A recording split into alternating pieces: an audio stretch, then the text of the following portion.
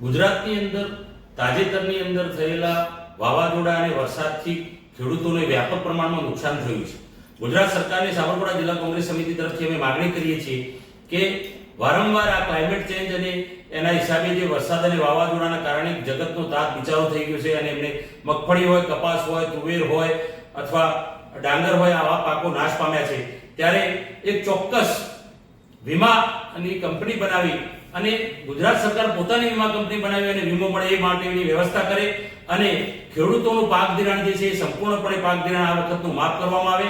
કારણ કે આપ જોવો છો કે છેલ્લા 3 વખતથી ગુજરાતની અંદર 3 થી 4 વખત આવા વાવાઝોડા અને વરસાદથી ખેડૂતોને વ્યાપક પ્રમાણમાં નુકસાન થયું છે. એના પેકેજો જાહેર કરવામાં આવ્યા પણ હજુ સુધી કોઈ પેકેજ ના પૈસા ખેડૂતોને મળ્યા નથી. ત્યારે હું ગુજરાત સરકારના માનનીય મુખ્યમંત્રી શ્રી, કૃષિ મંત્રી શ્રી અને માનનીય કલેક્ટર શ્રી મારફતે સાબરકાંઠા જિલ્લા કોંગ્રેસ સમિતિ એ માંગ કરે છે કે ખેડૂતોનું સંપૂર્ણ પાક ધિરાણ માફ કરવું અને ખેડૂતોને થયેલું નુકસાનનું વળતર આપવું તાત્કાલિક અસરથી.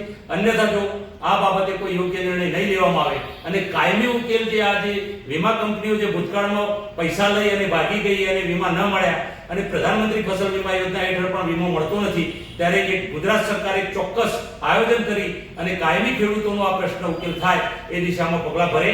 આવનારા દિવસોમાં જો આ બાબતે કોઈ કાર્યવાહી નહીં કરવામાં આવે તો સાબરકાંઠા જિલ્લા કોંગ્રેસ સમિતિ ખેડૂતોની સાથે રાખી અને આંદોલન કરશે.